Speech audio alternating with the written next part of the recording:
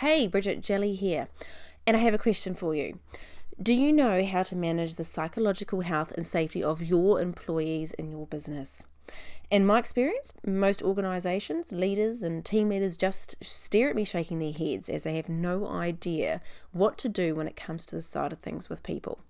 Now, I totally get that response, as most people have not got psychology or medical degrees, and most entrepreneur and leadership courses will not cover off how to deal with an employee sitting there crying in front of you because they are depressed, or how to deal with the out of control team member who's making everyone's lives hell in the office.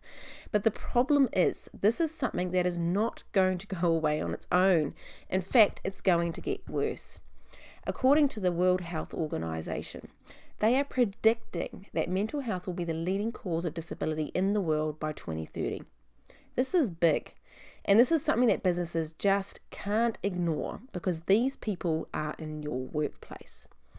The emerging data around the cost to the economy and to business is astounding.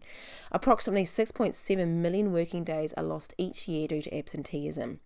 A 1.4 billion cost to the economy has been discovered, and it costs employers on average $1,500 per person per year.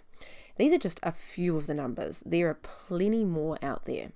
So I guess how would it feel to have the confidence to not have to panic when coming up against these tricky people situations, to actually know what to do, to deal with psychological health and safety in your workplace?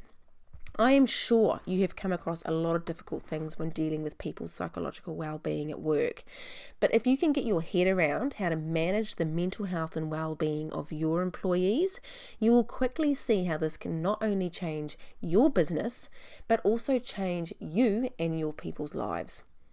I call this the headgear effect, because once you know the ins and outs of psychological health and safety in the workplace, looking after your people's well-being becomes easy. Now, while that may sound kind of obvious now that I'm saying it, the number of businesses that can honestly say they do this well with their business is rather small, like literally a handful.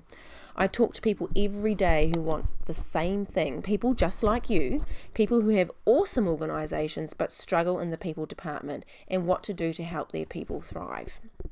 Now, we all have got physical health and safety pretty much covered. Getting a direct roadmap to show you the right way to do things is already there. However, in terms of psychological health and safety, it's not so much. We have clear guidelines, support and training in terms of physical health and safety. But with psychological health and safety, most employers and managers simply do not know what to do.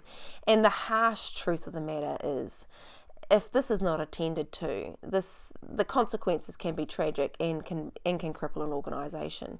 The list of consequences are, things like toxic teams, absenteeism, low productivity, stress leave, people leaving, higher accident rates, just to name a few.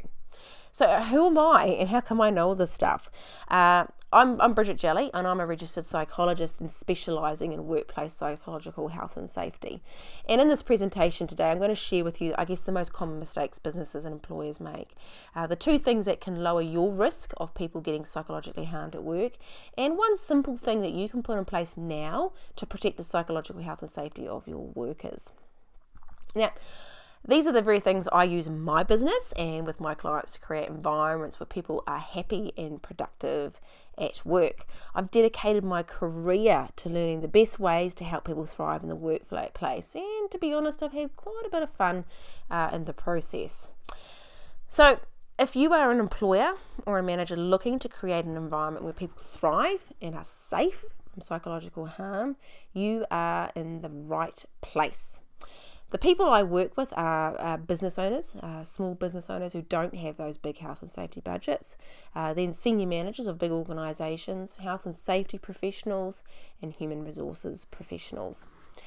People what I've noticed in my experience is people seem to fall into three categories in terms of approaching psychological health and safety and well-being in the workplace. And these three categories are ostriches, guesses, and superheroes. So the ostriches, I see this group a lot. They are the head in the sand people. So they would just prefer that all their people issues and problems just disappear, and perhaps that they don't even exist anyway. So quite often this is the approach of let's just ignore it and hope it goes away. What we know is they don't go away, and it can become a very expensive process if it's not, if your people issues are not dealt with. Then there are the guessers. These people have such great intentions. These are the people who try and figure it all out on their own. So they do a lot of research. They go and do the odd, conference, the odd workshop, read the odd book and whatever articles hot at the moment on LinkedIn. And their intentions are super, super good. And I'm glad there are people out there who are really giving this a go. However, this is super time energy sapping and also not overall very effective. The last group are the ones called the superheroes.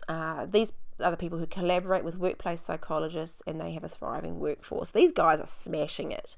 They really are creating amazing workplaces where people are thriving.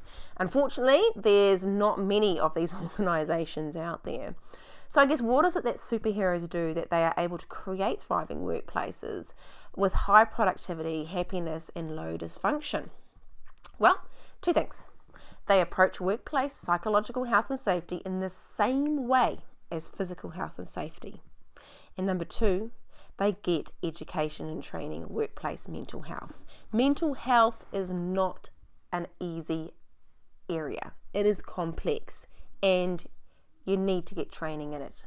Guesswork is just not going to be good enough. So I guess it comes down to this. If you don't have these two things, you are basically putting your people and your organization at risk.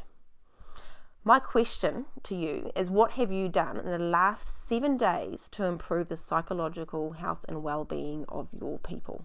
What have you done in the last 7 days? Let me ask you, there's 3 more questions. Do you know how much the psychological health and safety is costing your business? Have you identified the risks to psychological harm in your workplace? And how much training have you done on mental health in the workplace? Superheroes, they don't make stuff up. They get themselves trained. Superheroes know what the risks are in their environment, and they have a management plan around these risks. Most managers and organisations, they do take a patched approach to mental health and well-being, and that does not have a large effect, unfortunately. People do become quite obsessed with introducing random initiatives like fruit bowls and massages and all those kind of things. And that's nice. Those are really cool, nice things. But these things don't help people who are suffering from mental illness. They don't help absenteeism, team dysfunction, poor performance, and outbursts. They don't guide you into how to have a conversation with a team member about their mental health. Now, remember what superheroes do, that ostriches and the others don't do. They get expert support. They know what their risks are in their environments, and they have strategies in place to manage them. Because essentially it comes down to this. If you are not taking care of your workforce's mental health, you are a ticking time bomb. And this impacts, and is impacting now, possibly, on productivity, engagement, the bottom line, reputation, and many other things. So I guess, how do we do these two things? What do we do here? A one-day workshop or conference simply is just not going to equip you guys. Reading a few books is not going to cut the mustard either, I'm afraid. It takes a psychologist a minimum of 6 years of study, and it is ongoing. So there is a lot of stuff in here to decipher through and know and apply to our organisations. So I guess the thing I want you to take away with today is, apply what you know about physical health and safety to this. So the first thing that you do in any environment with physical health and safety is you would identify your physical risks, right? Like your slips, trips and falls and things. Do the same thing for psychological health and safety. So potential risks in your environment could be things like shift work, restructure, leadership, culture, bullying, things like that. Each environment will have their own, but there are quite a few similarities, I guess, across environments due to, from the research that we've looked at. So I'm going to take one risk for you and walk you through what you can do today, what you can do right now in terms of trying to mitigate this risk. So the one I'll look at is bullying. It seems to be quite common across a variety of organisations and industries. So the first thing to do is assess and manage bullying. Right. What you can do in terms of mitigating this risk of bullying is three things. First of all, define bullying within your organisation. Know what breeds bullying. Unclear roles, uncertainty, restructures, no feedback culture, all this stuff breeds a bullying environment. Lastly, teach people to give feedback. This is massive. If people feel confident and competent to speak up when things are not right, relationships that are fractious are less likely to escalate into out of control bullying type situations. So let me break this down further. So in order to mitigate the risk of bullying in your environment, one suggestion I have is define bullying within your organisation. So I'll give it to you here. Bullying is basically repeated and persistent behaviour, victimising, humiliating, intimidating and threatening. It is not being told what to do, being told to do a job by your boss. It is not about personality clashes or disagreeing on something, and it's not about someone having a bad day or not replying to your email. Believe it or not, these are some of the things that people pull up for bullying. These are not bullying. So make it clear with your team what it is and what it is not. You can do this in a variety of ways. You could do it through your induction process. You can introduce this in your policy. You could even have, like in one of your meetings, like a 5-minute info session on what bullying is and what bullying isn't. Because as soon as someone accuses someone else in your organisation of being a bully, you have a perpetrator and you have a victim. The damage is done, and it's hard to go upwards from there. So this is just a sample of what it is equipping yourself with the headgear is all about. This is being comfortable and confident in how to create a psychologically safe workplace. So I've given you one example and a few tips within that, and I guess now you can just ignore psychological health and safety or hope it goes away, or you can spend hours and hours trying to patch something together, or you can save yourself a lot of time and pain and collaborate with the experts here. So here is how the process works. We'll be focused on a specifically custom tailored strategy to help you solve the biggest psychological health and wellbeing problems in your organisation, and also in terms of what most organisations are facing out there. This marketing strategy session will take around 45 minutes, and you'll be speaking with me personally. I'll be helping you to identify what you've already got going on and helping you to put together a strategy to dramatically change how you manage your people. So I guess who is this for? This is for organisations who want to stop throwing dollars down a hole. People who are interested in the psychological well-being of their people, and people who want to do it right. And lastly, people who truly want to make a difference for their people. This is not something for people who want a quick fix, people who want to tick the box, people who are not serious in investing in the psychological health and well-being of their people, and people who are stuck in that research phase and are not prepared to act.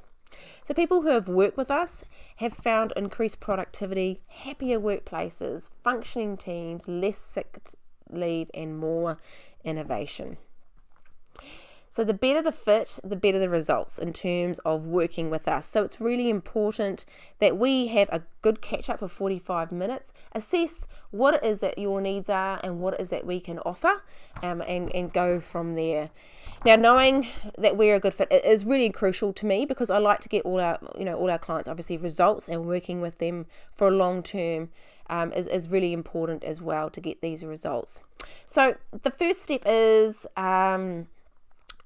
you need to complete an online application for a private strategy session with myself, and below this application is necessary to determine the following. First of all, that I can help you and I'm the best person to help you generate results, and secondly, that you're ready to step up, commit and take action to do the required work to generate the results.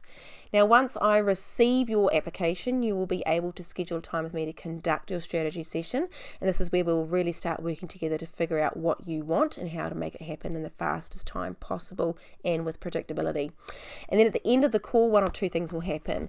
You'll either be a fit, and I'll extend an invitation to work with, for you to work with me as one of my clients, or it's not a good fit, and that's totally okay as well. There's no hard feelings or obligations or anything like that.